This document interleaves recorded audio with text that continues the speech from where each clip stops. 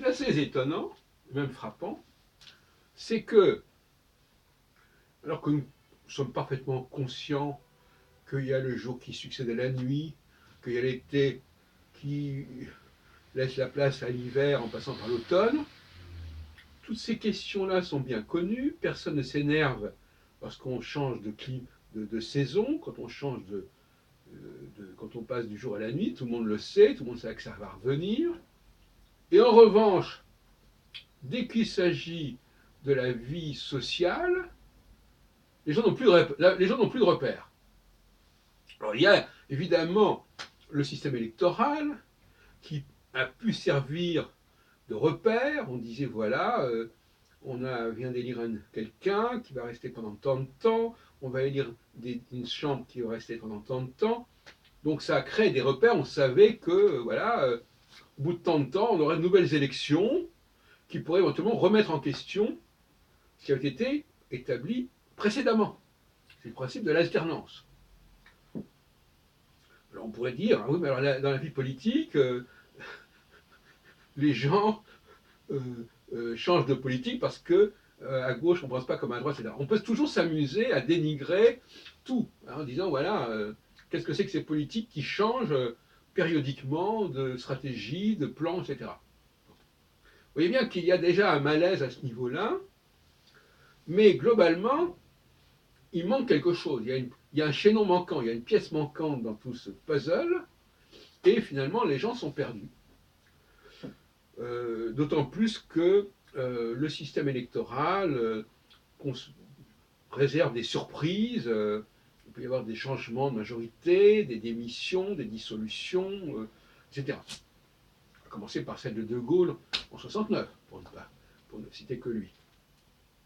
Ou la mort de Pompidou en 74. Donc, finalement, voyez-vous, on a l'impression que tout ce domaine-là est fragile, hein, et imprévisible à la limite. Or, le rôle de l'astrologie, justement, c'est d'apporter une structure prévisionnelle qui vient compléter le système jour-nuit, cycle des saisons, etc. Tout comme, par exemple, on pourrait dire aussi, voilà, quand une femme est enceinte, on sait que ça va durer un certain temps, et après, bon, bah, elle va accoucher. Il y a toutes sortes de choses. Donc, voyez-vous, c'est une espèce de dichotomie. Il y a des choses dont on sait très bien qu'il y a un cycle, que ça passe par telle et telle phase, etc. Comme par exemple l'âge, la vie, il y a la naissance, la jeunesse, l'âge mûr, la vieillesse, la mort. Tout ça, les gens comprennent. Mais dès qu'il s'agit de comprendre les mécanismes sociaux, il y a une sorte de trouble.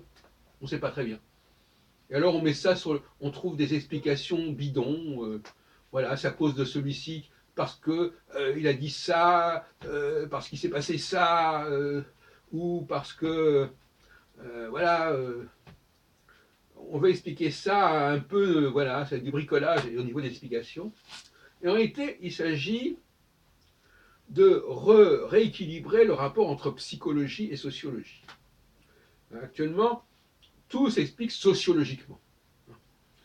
On dit ne faisons pas d'essentialisme, ne faisons pas d'ontologie, ne parlons pas de lettres. Tout est une question de sociologie, d'éducation, d'environnement. Bon.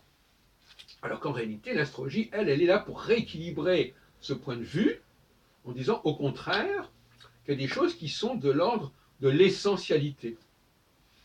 L'essentialité à la fois parce que les gens ont quelque part naissent avec héréditairement avec une certaine forme d'énergie, avec des valeurs particulières, avec une sensibilité particulière à certaines influences cosmiques,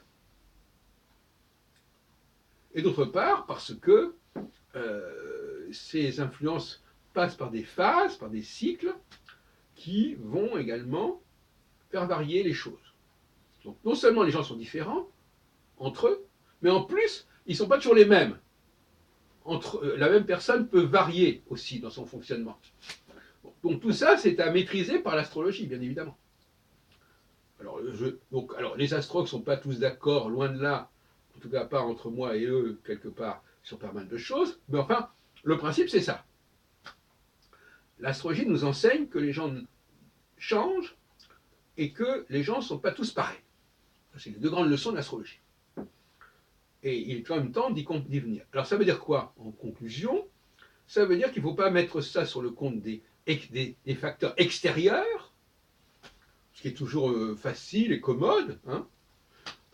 C'est à cause qu'il y a ceci ou cela, ou bien du genre, ah oui, c'est l'accumulation qui a fait que, ou tout d'un coup, oui, c'est la goutte d'eau qui a fait que, etc. Ce sont des explications complètement superficielles et qui ne sont pas sérieuses en fait.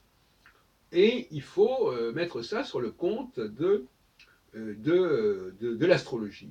Comme je disais en plaisantant tout à l'heure dans une autre vidéo, l'astrologie doit assumer ses responsabilités, dans tous les sens du terme. C'est-à-dire qu'elle doit apparaître comme un système d'explication tout à fait pertinent, et en plus qu'effectivement, quand certaines choses ne vont pas, ça peut être à cause de l'astrologie, ça peut être à cause des configurations astrales, bon, de même que quand il pleut, c'est à cause du temps, à cause de je sais pas quoi, et quand il fait jour, c'est à cause d'eux, et quand il y a l'été, c'est à cause d'eux, etc. Bon, donc voilà, le pouvoir, quand on est bien placé pour expliquer quelque chose, pour jouer un rôle, eh ben, forcément, on assume ses responsabilités. Il vaut mieux que l'astrologie assume ses responsabilités en disant c'est à cause de l'astrologie, plutôt qu'on de le mette sur le compte de tel et tel facteur qui est tout à fait superficiel et périphérique.